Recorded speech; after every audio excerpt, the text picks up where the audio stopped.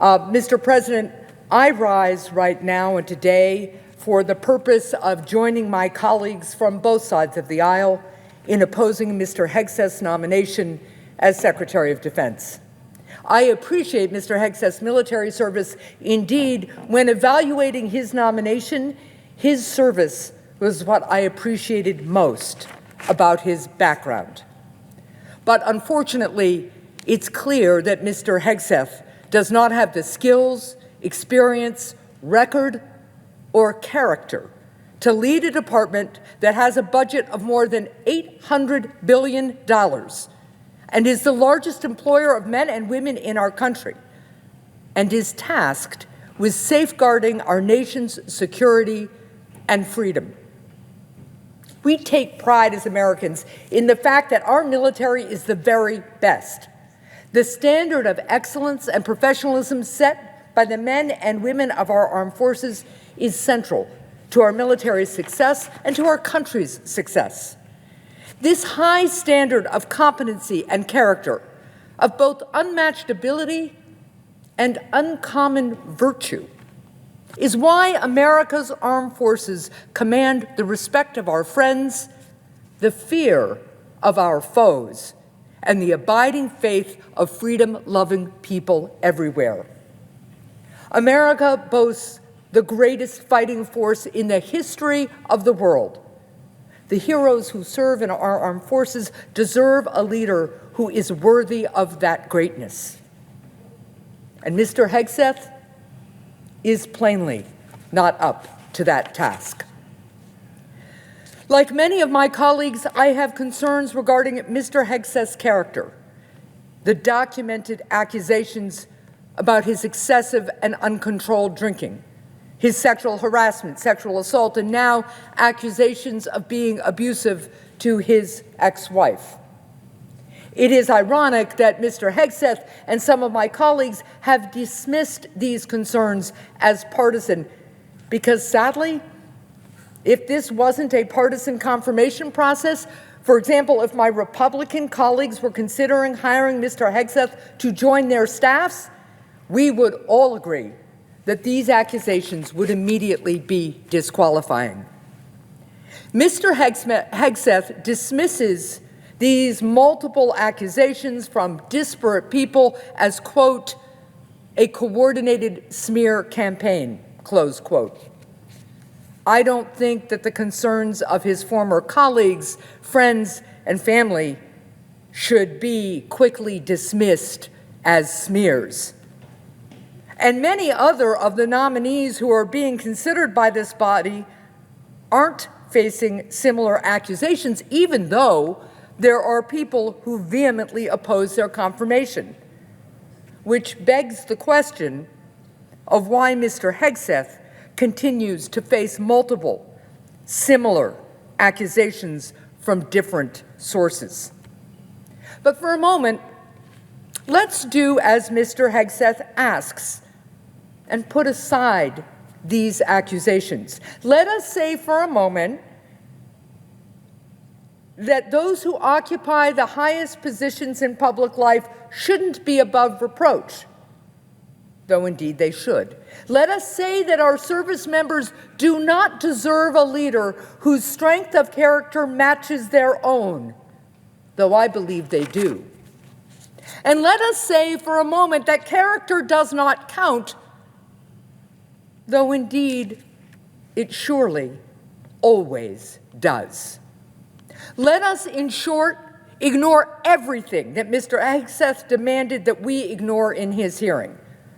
Even if we did that, I would submit that based on experience alone, Mr. Hegseth is plainly unqualified for the job as Secretary of Defense.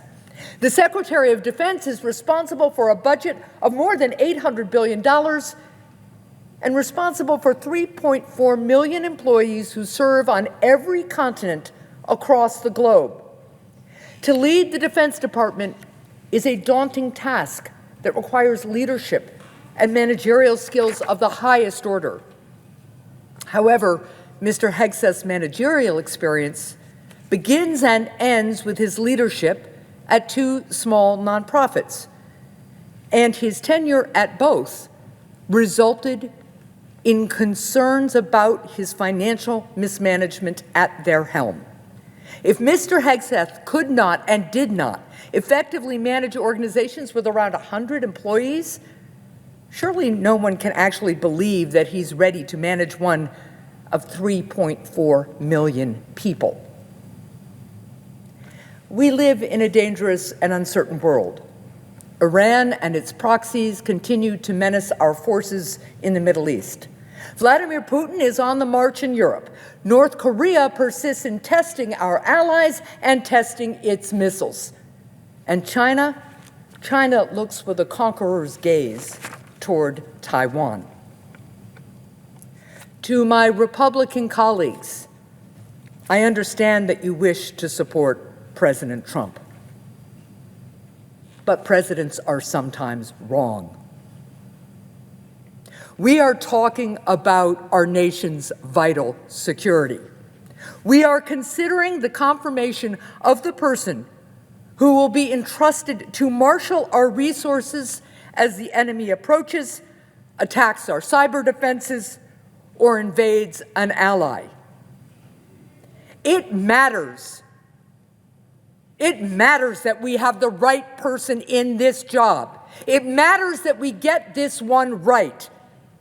Surely there is someone in this great country of brilliant and brave people of all political stripes who is more capable, who has the experience and character necessary to forge under pressure the judgment that will keep us safe and free. This is America. We have the finest fighting force ever assembled. We have more strength and power than any fighting force has had in human history. And in the past, when we have looked for leaders of our armed forces, we have searched for our country's best and brightest, the most gifted minds of America's boardrooms, the brightest stars to come out of West Point, the most revered public servants to serve in these halls. We did not need then, nor do we need now, to turn to the green rooms of cable TV networks for the Secretary of Defense. Tomorrow marks the 80th anniversary of the Battle of the Bulge, a campaign in which my father served. In freezing temperatures, outnumbered and often undersupplied, our forces held the line against Hitler's onslaught. Our soldiers won because they were brave. They won because they were skilled. And they won because they were well led. Surely, the armed forces of the United States of America, the victors of the Ardennes, of Gettysburg and Midway, and 1,000 places in between and since, surely they need a leader who they can have full faith in. Surely America's best deserves the best. Government's most important task is to keep America safe, secure, and free. It is a complex, fast-moving, and evolving challenge.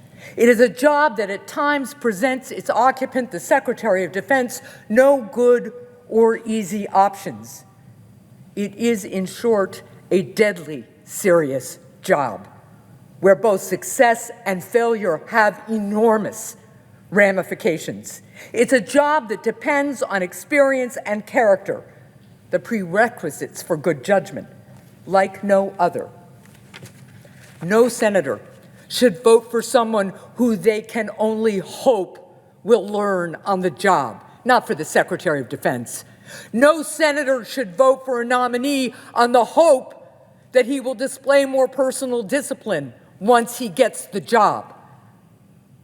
There are strong, experienced, and able members of the President's party whose views align with his, who could be exceptional leaders of the Department of Defense.